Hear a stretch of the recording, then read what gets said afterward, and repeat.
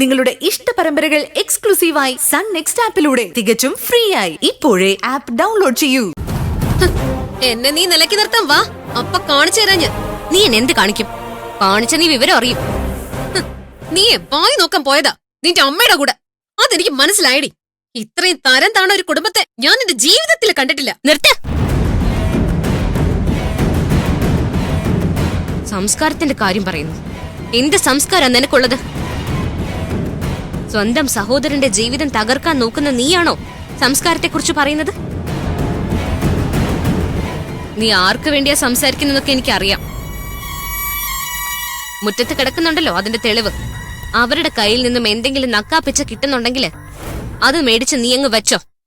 എനിക്ക് ജീവിക്കാനേ എന്റെ കുടുംബത്തുണ്ട്, അത് തന്നെ ധാരാളം. അല്ലാതെ നിന്റെ അമ്മ ചെയ്തതുപോലെ ഈ പ്രായത്തിൽ വിവാഹം കഴിച്ച് പിന്നെ നിന്റെ അനിയത്തെ അമ്മയും ചെയ്യുന്നത് പോലെ മയക്കുമരുന്ന് വിറ്റ് ജീവിക്കേണ്ട കാര്യമൊന്നും എനിക്കില്ല.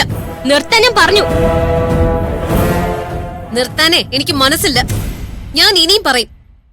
നീ പോയത് നിന്റെ അമ്മയോ ആയിട്ടും കൂടുതലൊന്നും എന്നെ കൊണ്ട് പറയിപ്പിക്കണ്ട. എന്റെ അമ്മ നല്ല മാന്യമായിട്ട് തന്നെയാ ജീവിക്കുന്നത്. എന്റെ അമ്മയെ മനഃപൂർവ്വം കൊടുക്കാൻ നോക്കിയത് ആരാണെന്ന് എനിക്കറിയാം. അവരുടെ ലക്ഷ്യവും എനിക്കറിയാം. അവരെ ഞാൻ വേണ്ട വിധത്തിൽ കാണുന്നുണ്ട്. പിന്നെ നീ ചെയ്ത കാര്യം, സ്വന്തം സഹോദരന്റെ പേര് പറഞ്ഞിട്ട് വല്ലവരുടെയും കയ്യിൽ നിന്ന് കാശ് മേടിക്കുന്ന പണിക്ക് ഈ നാട്ടിൽ പറയുന്നൊരു പേരുണ്ട്. അത് ഞാൻ പറയുന്നില്ല. പിന്നെ നിന്നെപ്പറ്റി ഈ നാട്ടുകാർ മുഴുവനും പറയുന്നുണ്ട്. ഭർത്താവിനെ കളഞ്ഞിട്ട് നീയും നിന്റെ ട്രെയിനറുമായിട്ട്.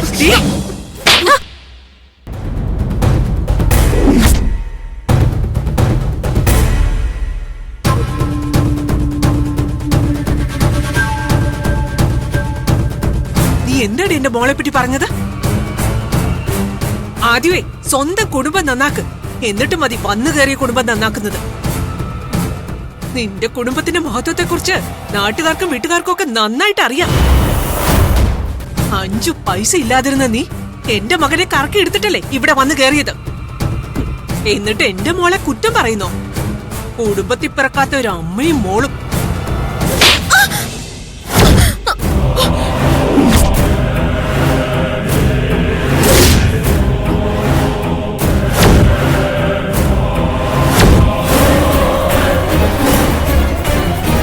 ഈ അടി നിങ്ങൾക്കുള്ളതാ. നിങ്ങളുടെ പ്രായത്തെയും എന്റെ ഭർത്താവിന്റെ അമ്മയെന്നുള്ള പരിഗണന വെച്ചാ ഈ അടി ഞാൻ ഇവൾക്ക് കൊടുത്തത്. ആഹാ, അത്രയ്ക്കായോ നീ? നീ മിണ്ടരുത്. നിനക്കുള്ള ഞാൻ പിന്നെ തന്നോളാം.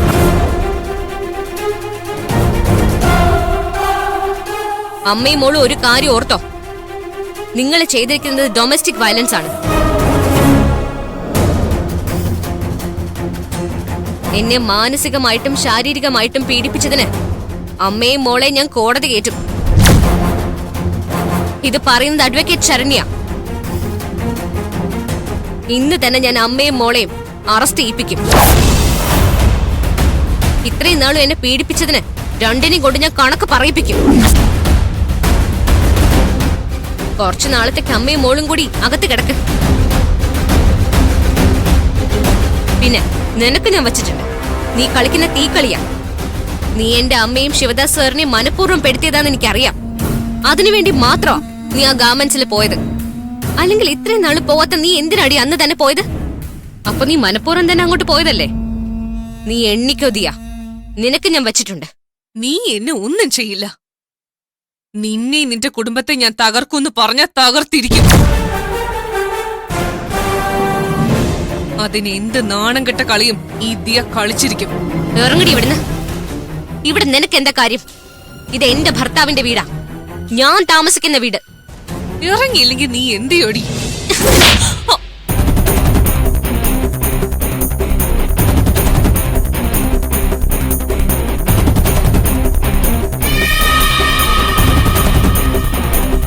കുറച്ചു നാളായിട്ട് ഞാൻ കാത്തിരിക്ക ഒരു സമ്മാനം തരാൻ വേണ്ടിയിട്ട്.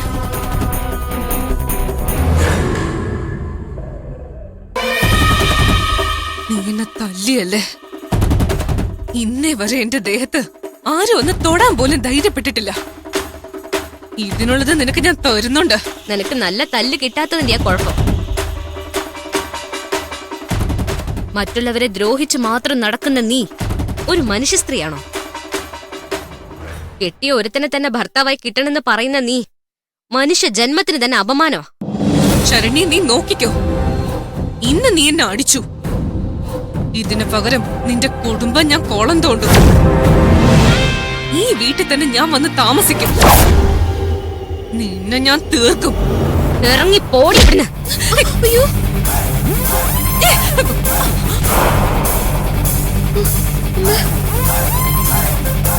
ഇറങ്ങ്, പോടി ഇവിടുന്ന്. ഇറങ്ങി പൊയ്ക്കോണ ഇവിടുന്ന്. അന്യന്റെ വീട്ടിൽ വേറൊരുത്തിയുടെ ഭർത്താവിനെ മോഹിച്ച് നടക്കാൻ നാണമില്ലേ നിനക്ക്? എന്റെ കൺവട്ടത്തിൽ നിന്നെ കണ്ടുപോരുത്.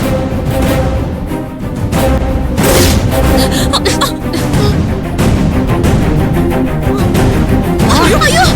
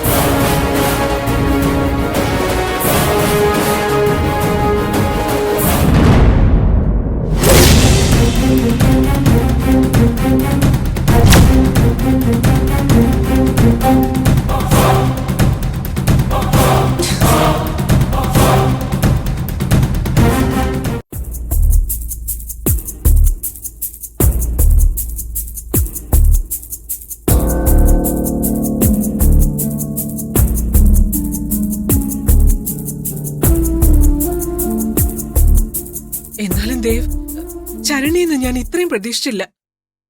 പഴയ ആളൊന്നും അല്ല ശരണ്യ. സ്വഭാവത്തിലൊക്കെ വലിയ മാറ്റമാ.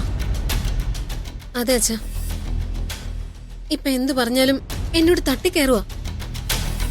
എനിക്ക് വിശ്വസിക്കാൻ പറ്റുന്നില്ല രോഹിണി. ശരണി ഇങ്ങനെയൊക്കെ ചെയ്യൂ? ദേവിന് സംശയമുണ്ടോ? ശരണി കാണുന്നത് പോലെയൊന്നും അല്ല ദേവ്. കാണുമ്പോ എന്തൊരു പാവാ. ഓ, നന്ദൻ എങ്ങനെ സഹിക്കുന്നു അവളെ? ചില പ്രത്യേക സാഹചര്യങ്ങളിൽ ഏത് മനുഷ്യനും പ്രതികരിച്ചു പോകും. അതുപോലെ ആയിരിക്കും.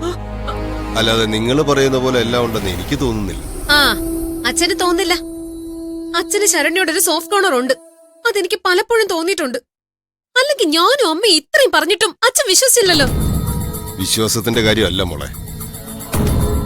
നിങ്ങൾ പറഞ്ഞതില് അല്പം അതിശയോക്തി ഇല്ലേന്നൊരു സംശയം, അത്രേ ഉള്ളൂ. ഇതിലൊരു അതിശയോക്തി ഇല്ല ദേവ്. പിന്നെ അഞ്ജിത പറഞ്ഞതുപോലെ ശരണ്യോട് ദേവിനൊരു സോഫ്റ്റ് കോർണർ ഉണ്ട്. അവളൊരു പാവം കുട്ടിയാ. പാവം. ദേവ്, ശരണി ഇങ്ങനെ വിട്ടാ പറ്റില്ല. അവൾക്ക് എന്തും ചെയ്യാന്നൊരു ഭാവമുണ്ട്. അത് സമ്മതിച്ചു കൊടുക്കാൻ പറ്റില്ല. ശരണ്യയുടെ കാര്യത്തിൽ ഒരു തീരുമാനം എടുക്കണം. അതെ, ഒരു തീരുമാനത്തിൽ എത്തണം. ഇതിങ്ങനെ വിട്ടുകൊടുക്കാൻ പറ്റില്ല.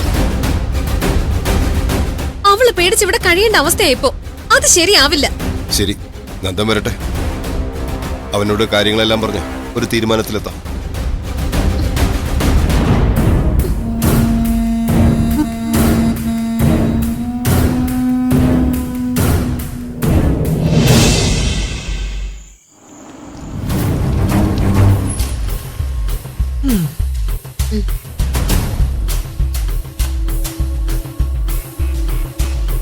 നന്ദ,